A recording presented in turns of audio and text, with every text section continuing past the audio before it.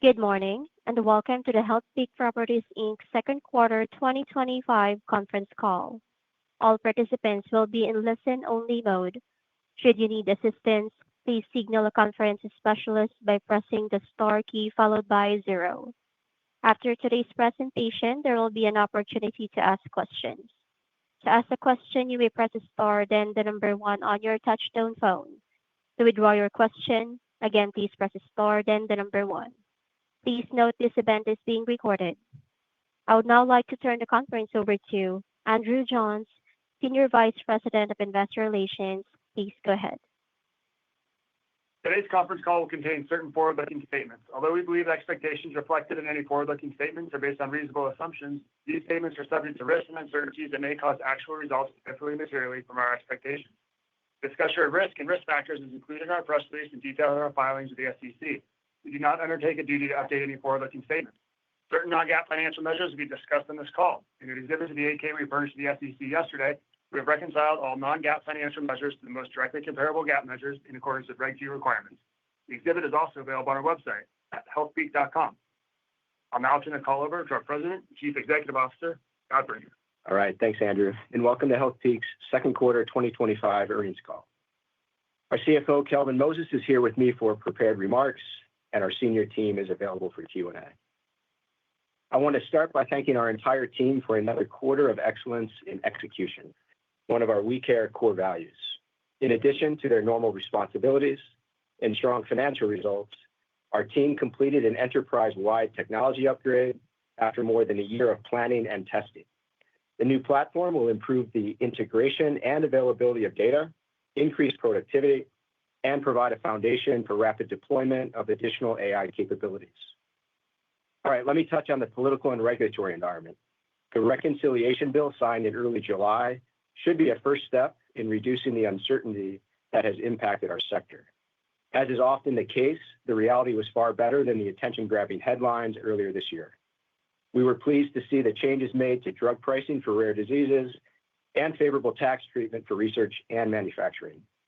Both changes help promote biopharma investment here in the U.S.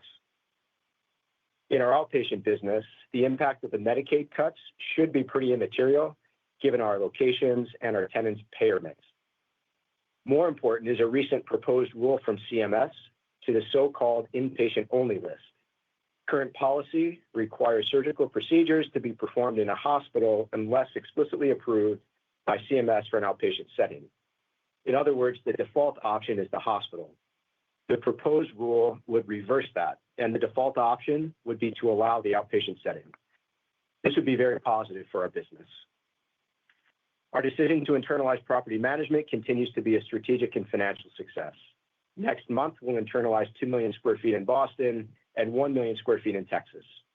One of my strategic goals has been to bring us closer to our real estate, and I love the fact that our own employees are now interacting with our tenants on a daily basis. We've been able to remove layers of oversight and bureaucracy, generate profit, and augment relationships with our tenants. Last week, we received our most recent tenant satisfaction scores, which showed year-over-year improvement and are well above industry averages. Our focus on customer service helps drive high retention rates and releasing spreads. I'd like to give some color on second quarter results in each of our business segments, starting with outpatient medical. Same-store growth, retention, and releasing spreads were all near record levels.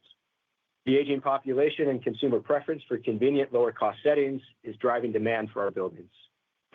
Meanwhile, new supply is at the lowest levels we've seen in 2 decades. That dynamic is favorable for Healthpeak, with the largest footprint in the sector and industry-leading tenant relationships. By design, we have significant concentration in markets like Dallas, Houston, Nashville, Atlanta, Phoenix, and Denver. We'll continue to grow in these core markets, deepening our competitive advantage in geographies with the highest potential for internal and external growth. To that point, we recently closed on 2 large outpatient development projects in Atlanta, representing $150 million of projected spend. Atlanta is one of our biggest and most important outpatient markets, supported by a relationship with Northside Hospital, a fast-growing and highly successful regional health system. The new developments are anchored by Northside outpatient services and physicians and are 78% pre-leased before commencement of construction. with a strong leasing pipeline behind that. We expect to achieve a mid-sevens return on cost, generating significant shareholder value relative to acquisition cap rates on such high-quality assets. In our lab R&D business, we're beginning to see at least a few leading indicators turn positive. Spec new supply is quickly going to zero and should remain there for quite some time. A recent broker report showed more than 4 million square feet of inventory being removed from the supply pipeline as certain landlords who lack scale and expertise pursue an alternative use. On the regulatory front, new leadership at the FDA are making changes to promote innovation and modernization. That amount of change creates a bumpy transition, but the landing point should be positive for the biopharma sector. In particular, the cost and time to bring a drug to market in the U.S. could come down, improving the return on cost for R&D taking place in our lab buildings. We've also seen a couple of $10 billion M&A deals recently, which allows capital to be recycled back into the ecosystem. Those M&A exits, along with political and regulatory stability, should help jumpstart public and private capital raising, which is the key to an improvement in new leasing. Moving to our CCRC business, which experienced record leasing volumes last quarter. Our strategic decision to increase affordability with our unique entry fee structure broadened our demand pool and differentiated our product. The CCRC portfolio is residential housing for independent seniors with significant amenities and a continuum of care available on site. Our net entry fee is just 60% of the local median home value, representing a strong value proposition for our residents. The portfolio is now generating approximately $200 million of annual NOI, including cash entry fees, which incredibly is 50% higher than in 2019 before the pandemic. Our decision to bring in LCS as the operator has been an important part of that spike in performance. And with current occupancy at 86%, we have more upside to capture. Okay, let me turn it to Kelvin for financial results and the balance sheet. Thank you, Scott. I'll begin with a brief update on how we're positioning the operating platform to lead in this next phase of execution for Healthpeak. Today, we are a very different company than we were 3 years ago, with more than 60% of our team now directly engaged with our tenants and focused on delivering a differentiated customer experience across our properties. Our entire company is committed to enhancing our client service model, laying a strong foundation for sustained long-term value creation through operational excellence. With the internalization of property management largely complete, we've shifted focus to scaling our real estate operations capabilities. We are implementing a strategic plan that enhances operating procedures, refines lease documents, strengthens training and support programs, and elevates brand service standards to deliver a best-in-class experience for our clients and tenants. This commitment to operational excellence will further set Healthpeak apart from competitors and positions the platform to capture investment and leasing opportunities not available to the broader market. We're also well underway in advancing a near-term action plan to deploy artificial intelligence tools designed to optimize daily operations and enhance visibility into asset performance. These tools will empower our team with real-time insights and will allow us to implement solutions that ensure consistent performance, deliver practical efficiencies, and streamline processes. We look forward to sharing relevant updates on progress on future calls. Now moving into our second quarter results. We had another overall strong quarter of financial and operating results. We reported FFO as adjusted of 46 cents per share, AFFO of 44 cents per share, and total portfolio same-store growth of 3.5%. In our CCRC business, we reported same-store growth of 8.6%, driven by rate growth of 5% and higher entrance fee sales. We continue to be pleased with the execution by our operating partners, the strength of our team, and the performance of our high-quality portfolio of assets. Moving to outpatient medical. Our results this quarter reflect the focus that our leadership team has placed on positioning our portfolio for success, cultivating the strongest tenant relationships in the sector, and capitalizing on the continued strength and fundamentals we are seeing across the business. This quarter, we achieved 85% tenant retention, delivered a positive rent mark-to-market of 6%, and reported same-store cash NOI growth of 3.9%. During the quarter, we executed over 1 million square feet of leases, including approximately 200,000 square feet of new leasing. That represents 2 million square feet of execution through the first half of 2025 and a strong pipeline to follow. Additionally, we executed another 419,000 square feet of leases in July, and we have 682,000 square feet under LOI. And finally, lab. We continue to focus on capturing outsized share of the available demand in the market and converting our pipeline into executed leases. For the second quarter, we reported same-store growth of 1.5%, a positive rent mark-to-market of 6%, and tenant retention of 87%. We executed 503,000 square feet of leases in the quarter, which included approximately 85% renewal leasing, and brings our total lease execution for the first half of 2025 to approximately 780,000 square feet. Additionally, we executed another 55,000 square feet of leases in July, and we are under LOI for another 250,000 square feet. Total occupancy declined by 150 basis points this quarter, primarily due to natural lease expirations and tenant departures following unsuccessful capital raises earlier in the year. Onto the balance sheet. In June, we repaid $450 million of senior notes with proceeds from our commercial paper program. We ended the second quarter with net debt to adjusted EBITDA of 5.2 times and nearly $2.3 billion of liquidity. As we look ahead to the remainder of the year, we will opportunistically monitor the bond market to refinance our commercial paper balances and further strengthen the balance sheet. Balance sheet discipline will continue to be a core long-term strategy, and we expect to preserve optionality to invest where we have identified opportunities that will enhance our portfolio quality and generate attractive returns. Before we move into Q&A, we wanted to briefly touch on guidance.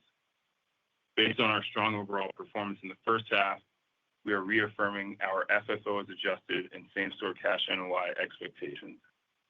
Our CCRC portfolio continues to benefit from strong market fundamentals, and with year-to-date same-store growth of 12%, we are now on track to exceed the high end of our segment guidance. Outpatient medical, our largest business segment, continues to achieve strong tenant retention and re-leasing spreads, which were up to 6% in the second quarter. That performance is supported by a robust leasing pipeline that positions this portfolio to the high end of our initial segment guidance. We remain confident in the execution from our team and the balance of our diversified portfolio, which we expect to deliver results within our overall same-store growth range, despite what we are experiencing broadly in the lab sector.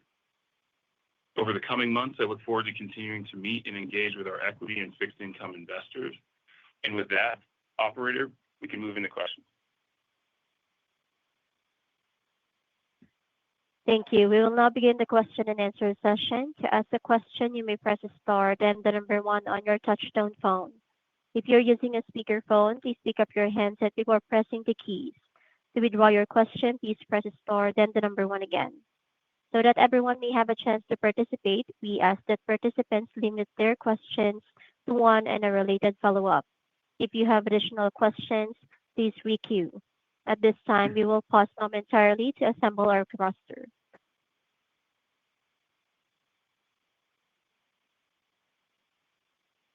And the first question comes from the line of Nick Yulico with Scotiabank. Please go ahead. Thanks. Good morning. I guess first question is on the lab segment and the same-store occupancy decline in the quarter. I was hoping you could just break it out a little bit more between, the impact from, as you said, expirations where there weren't renewals. I feel like the retention ratio might have been lower than like your trailing 12-month number, and then versus the bad debt or tenant default issue that seems like it might have happened in the quarter. Thanks. Hey, Nick, this is Kelvin. So to give you a little bit of context there, over the quarter, we had about 280 basis points, 290 basis points of same-store occupancy decline. If you think about it from a total occupancy perspective, that breaks down to, a component of that, about a third of that impact was a result of space that we reabsorbed due to tenants that had expiring leases. Another third of that was a result of some tenant migration that we did within the portfolio. We expanded some tenants, relocated some tenants, and took certain space back in that process. And then the kind of remaining component of that would be attributable to tenants that were unsuccessful raising capital in the beginning of the year that ultimately we had to work out of the portfolio. So it's probably a third impact with respect to the occupancy. Okay, thanks. And then second question maybe for Scott is, we just think about sort of the focus of the company. I mean, you did launch some new developments in outpatient medical. How are you sort of thinking about using the balance sheet right now? I know you put on pause some of the debt investments or in lab. You were sort of waiting on some better opportunities maybe there from a pricing standpoint. The stock is weak today. You have stock buybacks as an option as well. Just kind of latest thoughts on capital allocation. Thanks. Yeah. Hey, Nick, you cut out a little bit. Hopefully, I caught the gist of your question. But maintaining a strong balance sheet is priority number one on capital allocation. And we have done that. We'll continue to do that. Sometimes that includes opportunistic asset sales. We did a lot of that last year. We could always consider that this year. I think the demand for outpatient medical in particular remains really strong in the private market. So there's always things that we could do there. It's a very high-quality portfolio. That would be in demand. Buybacks, obviously, we've been active. We've done $300 million in the past, call it 15 months. And we do that opportunistically. If we have the balance sheet capacity, it's something that we prioritize at a certain stock price, which you've seen historically and you'll continue to see as an option.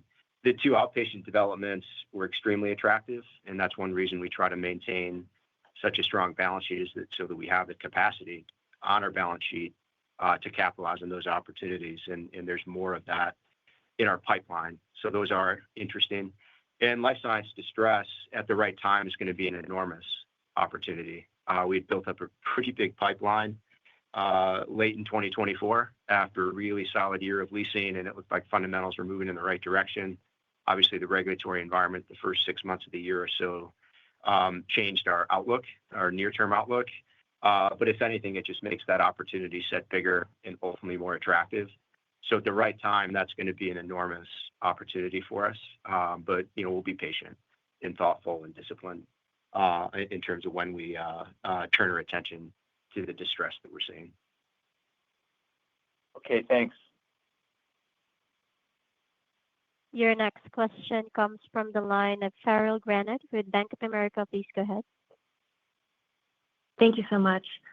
So my first question is about, you just mentioned the 1/3 of unsuccessful capital raising. For those tenants, just trying to think about going forward for the second half of the year, how much foresight or maybe leftover impacts from that specific bucket would you expect to maybe weigh on the occupancy? Yeah, maybe I'll start with a little bit of context from Scott's earlier points. I think for the beginning of the year, we saw a little bit of a slowdown in the capital markets for life science, but there's been a number of positive events that are encouraging that have happened as of late. The M&A activity has been strong. You've seen some great prints there from Merck and Sanofi. And you've also seen the secondary market open back up for tenants. So we think it's important to highlight those kind of positive signs that we're seeing in the capital recycling. But, no doubt it's been a bit challenging for tenants to raise capital. And, we have some tenants in our portfolio, a small number of them that are relying upon raising capital at any given time. So, those tenants could fail as a result of failed science. They could fail as a result of inability to access the capital markets. And disproportionately so, the capital markets were largely unavailable for a period of time. So we'll have some headwinds for the balance of the year from an occupancy perspective, but to quantify that at this point would be challenging. Hey, Farrell, let me give one additional perspective on this topic because the overall ABR from the company, including the CCRCs, I mean, you're talking about $1.6, $1.7 billion The vast majority of that is credit tenants. When you really look at the portion of the portfolio that would be more at risk that you have to monitor, it's small cap biotech in certain of our private tenants. It's 10% of the portfolio. Look at the top 20 in our supplemental. The vast majority of those are credit tenants, whether they're health systems or global biopharmaceutical companies. So it's a very well diversified portfolio. The smaller biotech companies are clearly part of our business. There's a huge list of success stories there that start out at 10,000 feet, 20,000 feet, Series A type companies that now have 200,000, 300,000, 400,000 feet in the portfolio. But they're cyclical. They're very dependent on capital raising and obviously scientific outcomes. It's been a tough capital market for the last 6 months, and that's had an impact. We get the benefit of that when the capital markets are strong. And I think you saw that in 2024. The first 6 months of this year were the opposite. And obviously that's flowing through, but keep in mind the diversified portfolio, and we just maintain our earnings guidance. So I think we just want to keep in mind the broader perspective. This is a point in time. That same portfolio base of small and private biotech tenants could become very valuable to us once the capital markets turn in our favor. And that obviously will inevitably happen. The last 30 days have been a lot more positive. We just reported second quarter results, which is April 1st to June 30th. The month of July has been a lot more favorable, whether it's the reconciliation bill, the XBI has traded more favorably, the commentary out of the FDA has been more favorable, a couple of very, very large M&A deals that allows capital to be recycled into the sector. Those are all really positive leading indicators. That doesn't translate into second quarter results, obviously. But we feel a lot better about some of the building blocks that we're seeing in the business today than we did 3 months ago. Definitely. And thank you so much for that extra color. And then also, I guess, then the other part of your portfolio, the MOBs, similar with how you maybe broke out what kind of was going on in the life science occupancy decline. Can you just speak a little bit more on the MOBs and maybe some of the tenants that chose to not, or at least the type of tenant that chose to not renew? Hey, Farrell, this is Mark Stein. Our occupancy across the outpatient medical portfolio, 91, 92% is a very strong occupancy. We typically have 80% retention. And, the types of tenants that don't renew, sometimes it's tenants that, we physically can't accommodate their growth because the occupancy of the building. There's just some retirements here or there across the building, but there's not any, one particular type of non-renewal across the portfolio. Our hospital retention is fantastic, and we're really focused on our leasing results, keeping strong retention, lease renewal spreads, and continuously great occupancy as we fill up the portfolio. Great. Thank you so much. The next question comes from the line of Austin Wurschmidt with KeyBanc Capital Markets. Please go ahead. Great. Thanks. Just going back to lab a little bit, and Scott Brinker, I guess, trying to sum it all up. How much of these issues that you saw this quarter, the credit issues at hand, do you view as backward looking and kind of will continue to, work its way through the credit stream, if you will, versus, there could continue to be challenges for that 10% of the portfolio that you flagged if capital market volatility picks up again and leasing new space just isn't really, a top priority versus preserving capital? Yeah, the interesting thing about the tenants that didn't make it is that they weren't new companies. The average age of the companies that had early terminations was 15 years. That was the median age as well. So this wasn't a bunch of startups that were funded and should not have been in 2020 during the COVID boom. These were companies that had very significant backing from brand name venture capital or kind of the billionaire tech backing, very well-known names that have raised capital 5, 6, 7 times in their lifespan during that 15 years. And in many cases, the technology itself was purchased out of the bankruptcy, meaning that it wasn't a failure of technology. truly rescaling the business, starting over from a lower cost basis. So, when companies fail, it's either the science fails, and that does happen no matter what the capital markets are, or they can't raise the money. And across the board, what we saw year to date is that the companies just couldn't raise the money. So you can point directly to the capital raising environment. And obviously that could change quickly. There's still companies that we're monitoring. It's not going to go to zero overnight.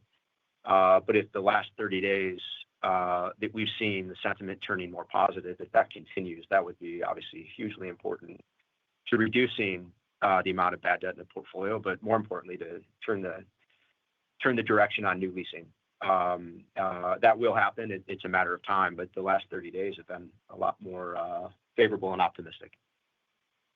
That makes sense. I guess it's just trying to kind of ring fence the companies that have maybe yet to see a credit issue pop up. But like you said, you're still monitoring how significant of that 10% is that figure and kind of the timeline that they have 3-6 months until they need to be able to raise capital.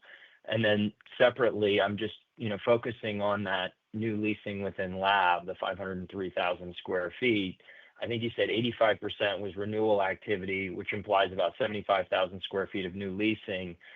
So for the bucket of renewals, which I think is about 425,000 square feet or so, how much of that was early renewal activity, and are those full or partial lease renewals for the out years?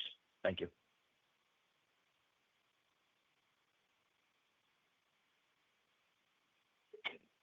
Yeah, so Scott Bowen.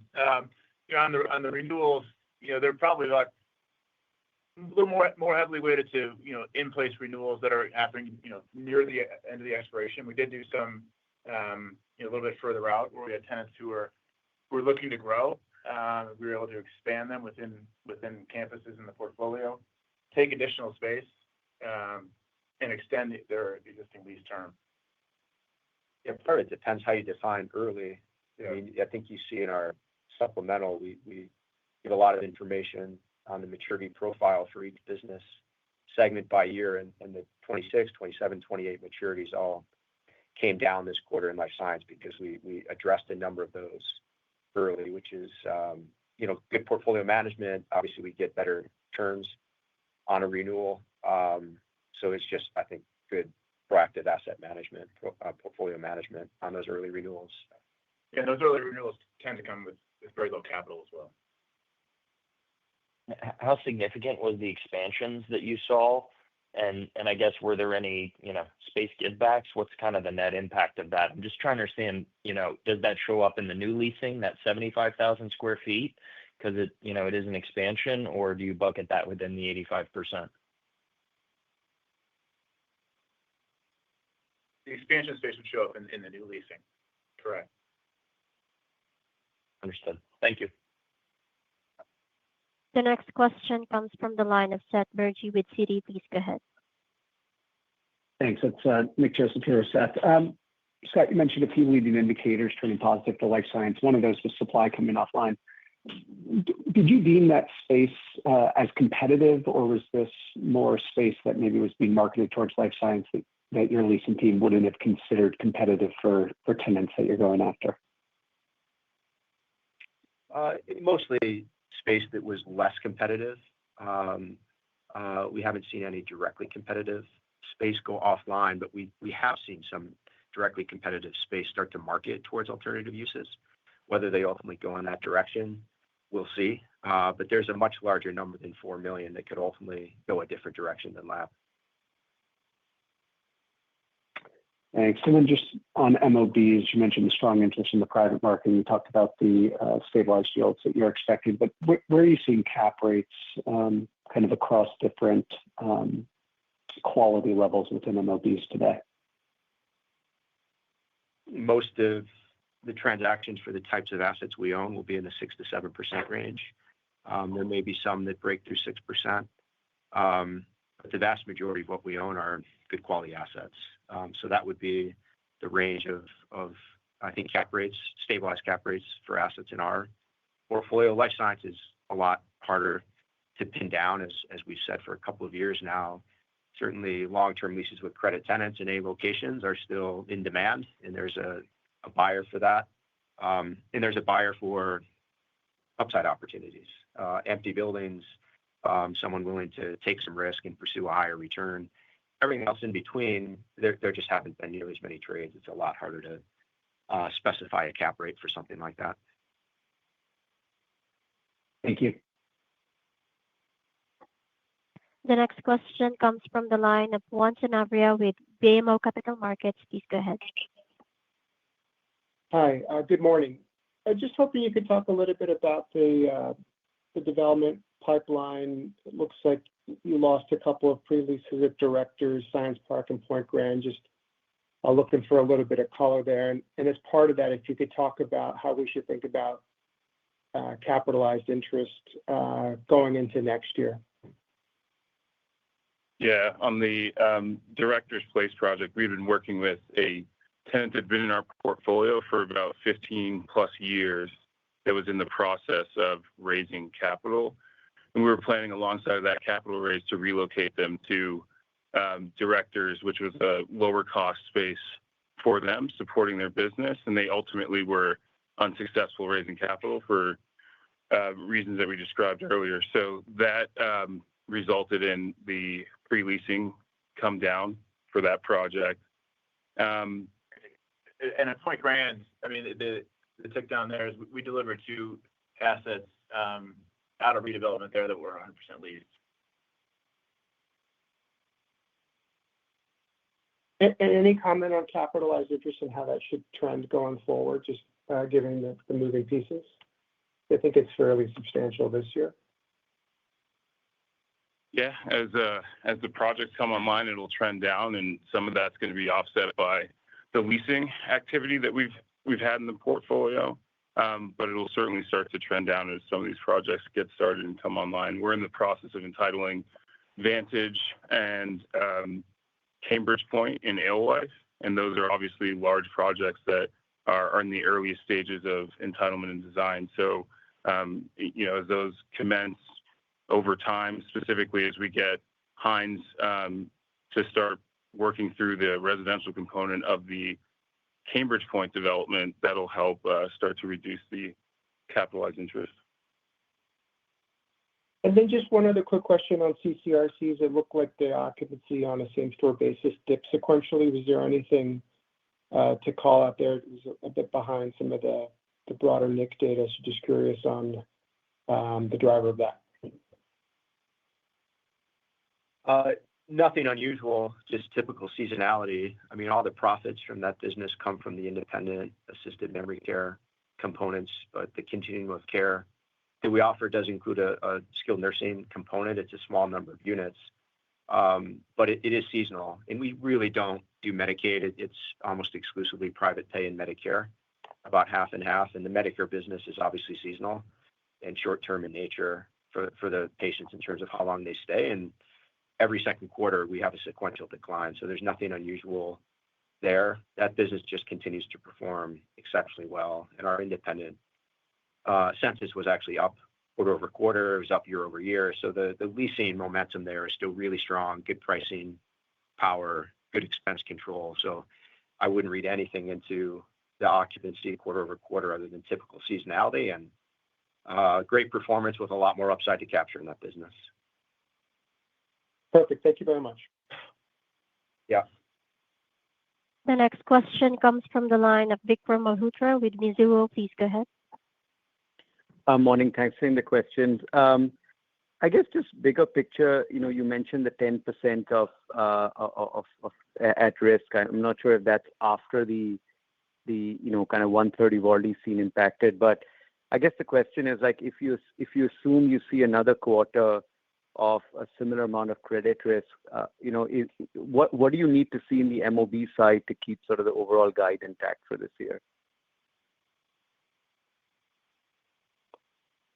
I mean, the guidance range that we just reaffirmed includes the bookends of where we see potential outcomes for this year. Outpatient and CCRC continue to outperform. Hopefully, there's more upside to capture. in life science obviously still has some downside risk, but it also has upside opportunity. We've got a fair amount of space that's ready for occupancy that could commence fairly quickly if the capital markets turn around. And there's some tenants that we're still watching carefully that could go the wrong direction if they don't raise the capital. But the guidance range we reaffirmed does include the two bookends for the potential outcomes we see. Got it. That's helpful. Just on the 500,000 plus leasing, that on the life sciences side, I guess like how much is new leasing versus sort of renewal and early or future renewals or early renewals? And do you mind, like, is there a way you can give us some sense of how the pipeline looks? Yeah, Vikram, I'll take this one. I think in the prepared remarks, you may have missed that 85% of that 503,000 square feet of leasing was actually renewal leasing. And it's followed up by a very strong leasing pipeline. And Scott, you're welcome to give some color on that pipeline. But, we have 55,000 square feet of leases that we executed to start the month of July and another 253,000 square feet under LOI and a pipeline of activity to follow that. So we think, given the number of green shoots that we've seen, that continues to be promising. This side, anything to add? Yeah, no, on the LOI side, I mean, it probably favors new deals over renewals, in contrast to kind of what we did this quarter. Okay, great. And sorry, just one clarification. I don't know if you can give us some, you mentioned the bookends of the guide, I create kind of I have the upside downside. Just on the lower end, are you able to sort of give us a rough sense of how much more occupancy loss would have to happen to hit that low end in the life science segment? Well, let me just say first on occupancy, we have started giving a total occupancy number because that's the number that we spend the most time on. Same store is a kind of an industry requirement and standard, but in our life science portfolio, we have a fairly large development and redevelopment portfolio as a percentage, and that's really what moves the needle for earnings. We could see some additional deterioration through year end. If you just look at the disclosure, we've got 500,000 feet left in the year for 2025 expirations, and roughly 100,000 of that is either under LOI or in negotiation. So there's 400,000 that probably comes out. We do have some signed but not yet occupied leases that we'll get the benefit of through the balance of the year. And then the tenants that we're monitoring and how many of those make it versus don't will depend on the next 6 months in the capital market environment. So those are the moving pieces, but we probably will see a bit more occupancy deterioration through year end, Vikram. Great, thank you. Yep. The next question comes from the line of James Feldman with Wells Fargo. Please go ahead. Great, thanks for taking my question, filling in for John here. So I guess just to start, going back to some of your comments at the outset of the call, you talked about a software upgrade and improving your AI capabilities. Can you talk more about how you think AI can, what the impact of AI could be on your business, over the years to come? What will change as a result across your business lines? Yeah, I'll start on this one. No surprise that we're all experiencing the evolution of AI real time, and it's evolving very quickly every day. What we're seeking to do as a company is to ensure that we are building our business alongside of that evolution of AI. And we think about it in two ways. One, how do we create practical efficiencies for the team and empower the team through more proximate access to data and enhanced decision-making through data analysis? And where we are today, I'd say relative to many other of our peers, we've invested considerably over the years in our technology, and we're certainly not starting from zero to take this next step. We've been deploying very recently some of the commercially available artificial intelligence applications throughout our organization, including ChatGPT and Copilot. And we've built a strategic roadmap that'll help us really utilize our kind of structured data and accelerate our platform with access to that data. So we're building upon what's commercially available, and we think that's going to allow us as a company to get closer to our tenants, be more efficient team by team, but also to enhance our capabilities. So there's more to come on that as we make progress, but we're very early on in the kind of execution of that plan. Jamie, maybe Can I'll you speak to quantify? the life science. Oh, sorry. Oh, go ahead, Jamie. So I was just saying, is there a way to quantify, operating margins or, revenue opportunities? But it sounds like There certainly kind of could be getting some that. revenue opportunities. Yeah, I think it's a little bit too soon to quantify those on this call, but certainly something that we'll follow back up on. We think there's tremendous opportunity to leverage AI throughout our business. Okay. And then you kind of rattled off a laundry list of, regulatory updates, some, mostly positive. So can you just talk about, if there's any way to quantify what you think the opportunity could be, whether it's a shift in the business you focus on or just, better revenue? I think you sounded most upbeat about the inpatient-only list from CMS, if you could talk about that. And then the changes, drug pricing for rare diseases and the favorable tax treatment for research and manufacturing. And then also we know that we're still waiting on Trump to announce the most favored nations list for prescription drug pricing. So how do you think about the potential pressure from that on your business and life science investing? Yeah, that was a laundry list as well. Let me try to remember those, Jamie. Those are good questions. They're all very important. On most favored nations, we'll see. That's a complex topic. We have the benefit and the curse here of a healthcare system that's more a capitalism-based model. That's not the case necessarily overseas. That has pluses and minuses, but the reality is Americans do pay more for their healthcare, including drugs and therapeutics, than overseas countries. Even though most of the innovation is happening here, that probably isn't completely fair. And if there's a better allocation of the profits moving forward, that should be beneficial to U.S. consumers and perhaps even for the biopharma companies. But the details of ultimately where that lands, that's a very complicated dynamic that it's too early to speculate. But some better cost sharing of the revenue and the profit generation between the U.S. and overseas, I think would be healthy for the U.S. and for the ecosystem. So that feels like there's some upside there, but highly complicated and would take some time. The R&D expenses, think about the $400 billion a year of capital that is invested into research and development. That's a rough number. There's a pretty big impact between a 1-year depreciation schedule and a 5-year depreciation schedule for cash flow-based investors.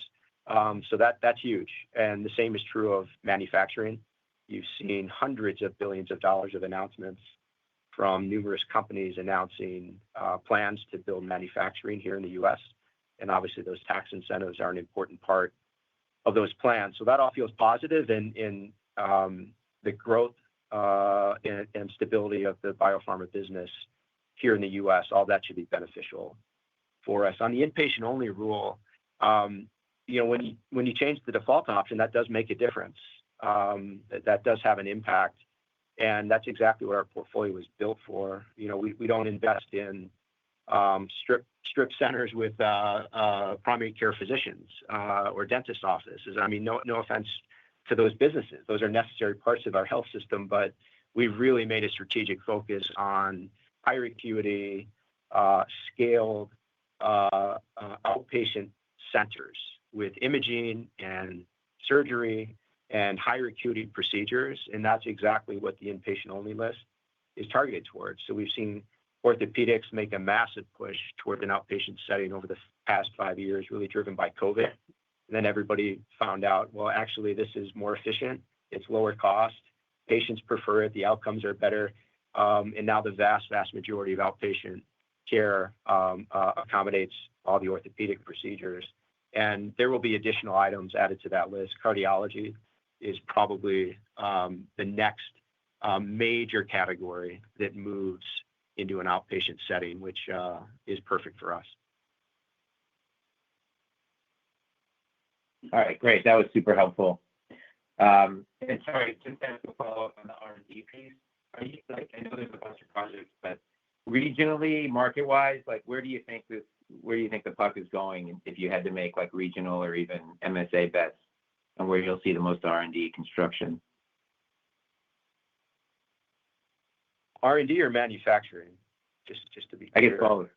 On your question. Yeah, manufacturing, most of that probably goes to lower cost geographies. Those tend to be highly specialized build outs. I'm not sure how much that construction really matches up with our business, but that's commercial scale manufacturing. You also have clinical scale manufacturing, and that could be an important part of our business. That's more likely to reside within or near the R&D headquarters, which is the 3 core markets. We've already seen a pickup in activity there. So that does feel like an opportunity where there's manufacturing, but it's not clinical. It's clinical scale. It's much smaller versus the millions of square feet of commercial scale manufacturing. We have a few of those, but I wouldn't say that our business plan is to start developing highly specialized commercial scale manufacturing in the middle of Indiana. I mean, no offense to Indiana. I love the Midwest, but that's just not probably where we're taking our business in life science. The R&D, we love our market position in the 3 core markets, given the increasing interconnection between technology, including AI, and science and biology. Most of that talent happens to be in the 3 core markets, the Bay Area in particular, but Boston secondarily, and probably San Diego as well.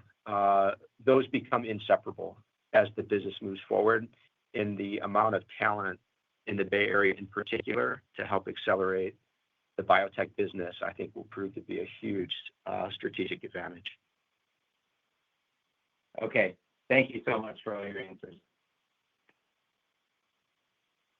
The next question comes from the line of Michael Carroll with RBC Capital Markets. Please go ahead.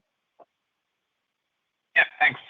Scott, I wanted to touch on your comments that many of your tenants in the life science space that defaulted during the quarter, they had their technology bought. I guess if this was the case, how did they get out of your lease? I mean, did this happen in a bankruptcy scenario so they could reject the lease, or just did it coincide with the lease expiration? No, they either went through the bankruptcy process or the ABC process. So, I mean, there's not much explanation other than that. That's just the way our system works. You can essentially start over as a company from a liability standpoint and even asset standpoint. They're just buying specific assets out of the bankruptcy process. No more complicated than that. Okay. And I know it's hard to quantify the potential credit headwinds that you guys might have in the second half of this year. But can you help us understand, I guess, what are the gives or takes here? I mean, how long have the tenants that you're watching been trying to raise capital? And I guess, what's the reasons that they will or won't be able to do it? I mean, is it really driven by an improving macro backdrop and things loosening up, or is it more company specific that they need to hit certain milestones and have certain data for people wanting to give them money? I would say it probably has more to do with the macro backdrop. These companies are out there currently in the process of seeking to raise the capital, and if interest rates move in favor of the market, and we continue to see the public equity market respond the way that it has over the last couple weeks, that could create opportunity for folks to raise capital. But I think it's more of a market-driven exercise than it is specific milestones in their business. And then just last one for me is, what's the quality of the space that you're getting back from these move-outs? I mean, are you going to have to put money in or put these in the redevelopment to kind of position them to release them to another tenant? And then, I guess, Calvin, correct me if I'm wrong, isn't there like a 275,000 square foot space that's identified redevelopment? Is that included in the 489,000 of expirations you have left in 2025? I'm not specifically sure which space you're referring to, but maybe to hit on your first question, it's really a mix of spaces where we have space that's ready to be released when we get it back in great condition. And there's others that tenants have been in for 10, 15, 20 years that's going to require some capital investment. So it's really a mix on that front. Almost exclusively core submarkets, mostly on campuses. So I think the comment Kelvin makes, that would apply to the interior build out, but the submarket itself, these are high quality assets. I mean, I think you all know we didn't stray out into the tertiary areas or do a bunch of conversions, even at the market peak. So it's a high quality portfolio. It will release. Some will require some capital, but it's now 2 million square feet of availability that we can go lease up. Hey, Michael, great. I want to go back to your second question on the tenant fundings and the milestones. I mean, one thing that's important to remember too is we have a lot of tenants who have been able to raise capital, and we had two great fundraisers, or one fundraiser and a partnership that were announced yesterday within the portfolio. So a lot of these tenants are, whether it be milestone based or partnerships with pharma, are raising the capital they need to continue to run their business as well. Okay, great. Thanks. The next question comes from the line of Wes Golladay with Baird. Please go ahead.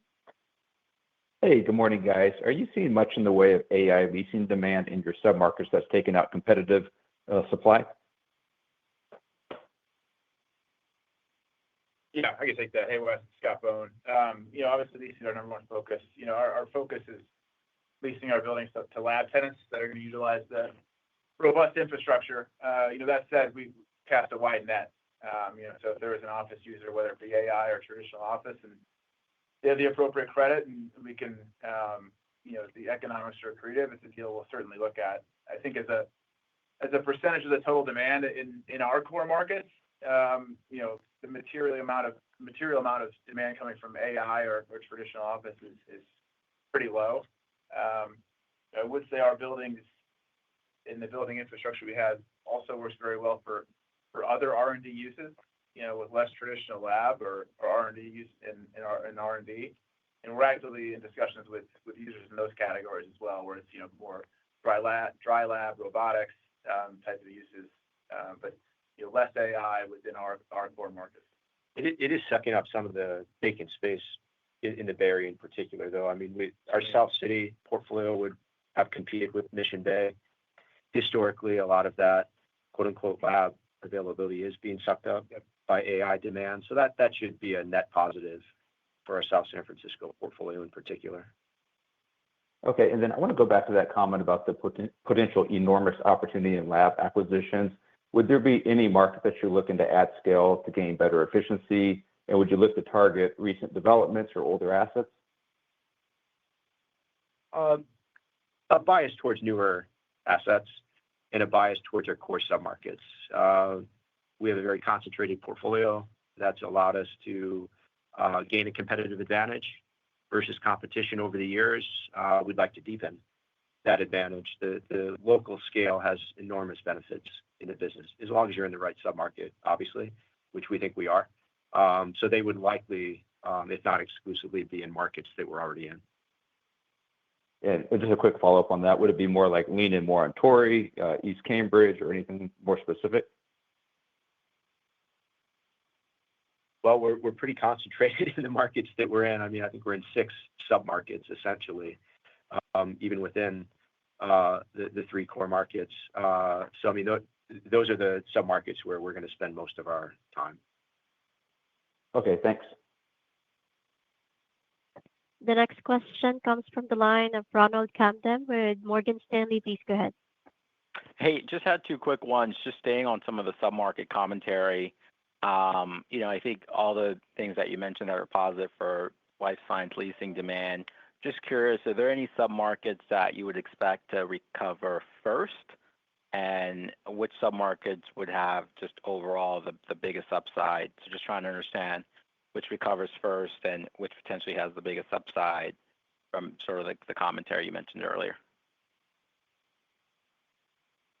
Sure. I can talk a little bit about kind of how we view each of the submarkets or markets in general. In the Bay Area, we've seen generally stable demand. I think there obviously we have the biggest magnitude of portfolio, and we continue to capitalize on that, which brings us deals that we aren't otherwise marketed. So the Bay Area, South San Francisco, especially with our portfolio, has been pretty healthy and continues to be. San Diego, we've seen an uptick in the past 30 days, certainly in tour activity. The majority, the bulk of that has been sub 25,000 feet or roughly. I think that we talked about the barbell demand going back the past several quarters. I think San Diego has the biggest barbell of demand. There's been several large deals in that market. That one obviously got executed recently, but I think our vacancy in that portfolio in that market tends to be in the sub 25,000 square foot range from a suite perspective. So I think we're in a good spot there. And then Boston generally continues to be slow overall, but the top tier submarkets of Cambridge and Lexington, where our portfolio has certainly seen the greatest demand. So what's going to recover, first and fastest? Hard to tell, but I think the submarkets that we're in and the core submarkets are going to certainly recover faster and see more demand than the kind of secondary and tertiary submarkets within those broader regions. Super helpful. My second one was just going back. You provide some really helpful commentary on the 489,000 square feet coming due this year. I guess I was just curious about the 413 coming due next year. Is there any known vacates or any market skew, like any color on that 413 coming due next year that now? That could be helpful. Thanks. Yeah, sure. Yeah, I think on that, we're certainly working on the ones that are coming in the earlier half of the year. The bulk of that it falls in the back half of the year, so it's a little bit early on that. So working on it, probably a little too early to give real great guidance on it, though.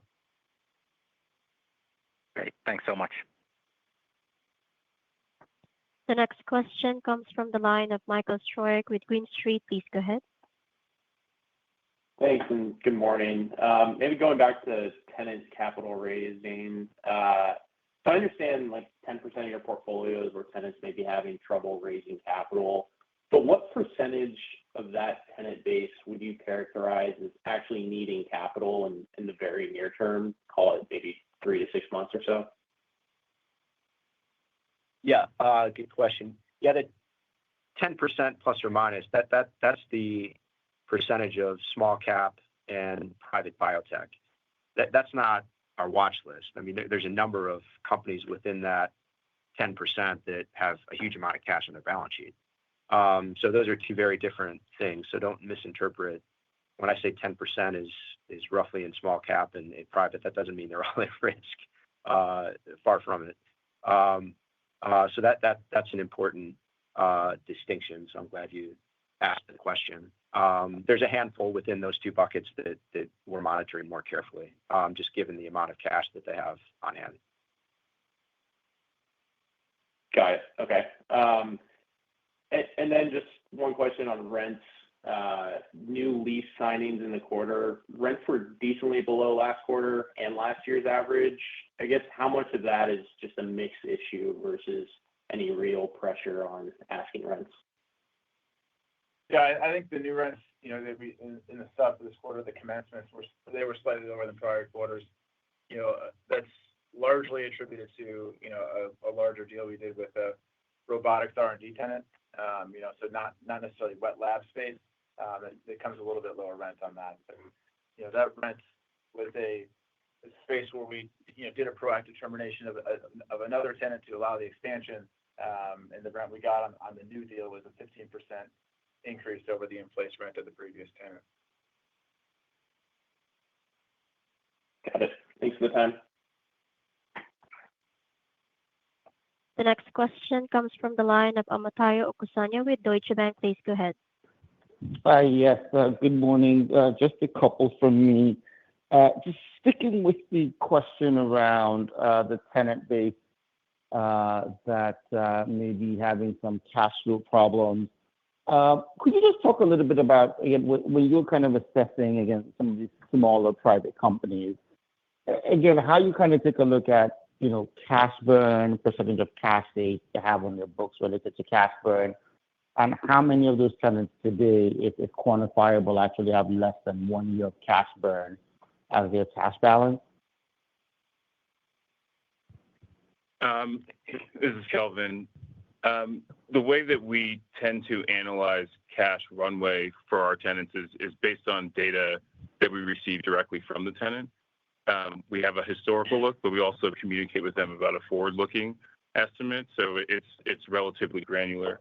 And then with respect to the component of the portfolio, there's not a specific number that I could give you. I think Scott kind of addressed it earlier.